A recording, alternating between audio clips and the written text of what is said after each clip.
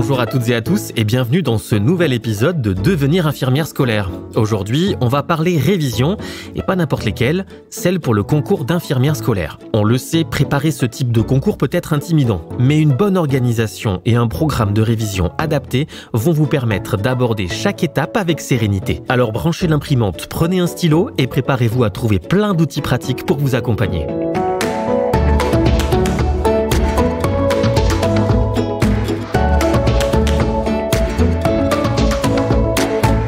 Première étape, prendre du recul. Avant de plonger tête baissée dans les manuels et les articles, prenez un moment pour bien comprendre les attentes du concours.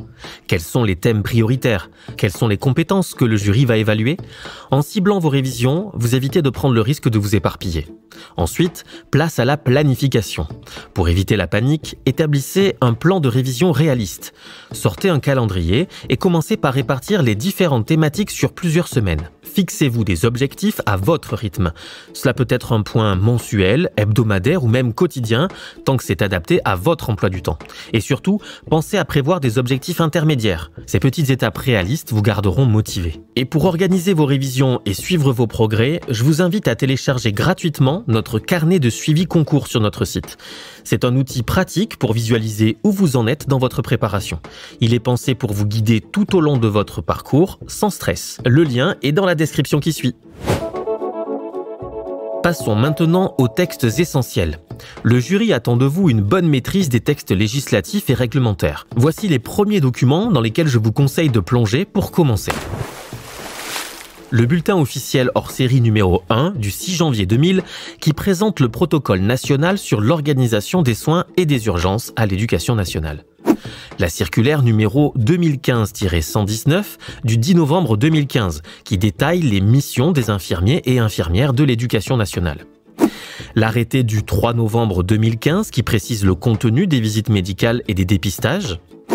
Et le Code de santé publique qui est bien sûr un incontournable, particulièrement les articles concernant la contraception d'urgence en milieu scolaire. Il y a bien d'autres textes, comme les circulaires du 28 janvier 2016 et du 10 février 2021, qui portent respectivement sur l'éducation à la santé et les projets d'accueil individualisés. Vous pourrez vous les approprier au fur et à mesure que vous travaillerez sur des exercices issus des anciennes épreuves du concours. Pour vous accompagner, vous trouverez des annales par exemple, mais l'édition Malouane vous propose bien plus que ça.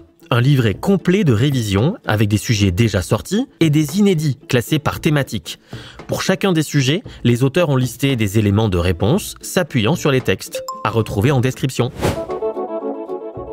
Venons-en maintenant à la structure de votre programme. Il y a 3 grands domaines à maîtriser. 1. Les sciences infirmières. Cela regroupe vos connaissances et compétences soignantes, tout ce qui concerne votre pratique infirmière. 2 exemples, la prise en charge du diabète ou les surveillances du patient souffrant d'hémophilie. 2. L'exercice infirmier. Ici, on parle du cadre professionnel et réglementaire, comme les diagnostics infirmiers ou bien le code de déontologie des infirmiers. Enfin, 3. L'exercice à l'éducation nationale. Cela inclut les spécificités du milieu scolaire et le rôle particulier des infirmières dans ce contexte précisément. Je pense par exemple à la mise en œuvre du projet d'accueil individualisé de l'élève souffrant d'une maladie chronique ou, encore un autre exemple, l'organisation de la consultation infirmière obligatoire de la 12e année. Pour vous aider à garder une vue d'ensemble, nous avons créé une liste complète de tous les sujets à réviser dans chacun de ces 3 domaines.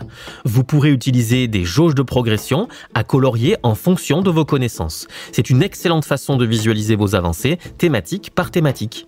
Vous l'avez compris, la révision pour le concours est un marathon, pas un sprint. Prenez soin de vous, avancez à votre rythme et restez confiant dans vos capacités.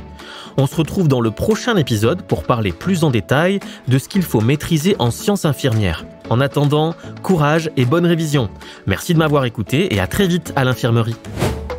Vous avez aimé entrer à l'infirmerie? Alors likez, partagez et commentez. Retrouvez tous les épisodes sur vos plateformes de streaming préférées et sur nos réseaux sociaux @l'infirmerie.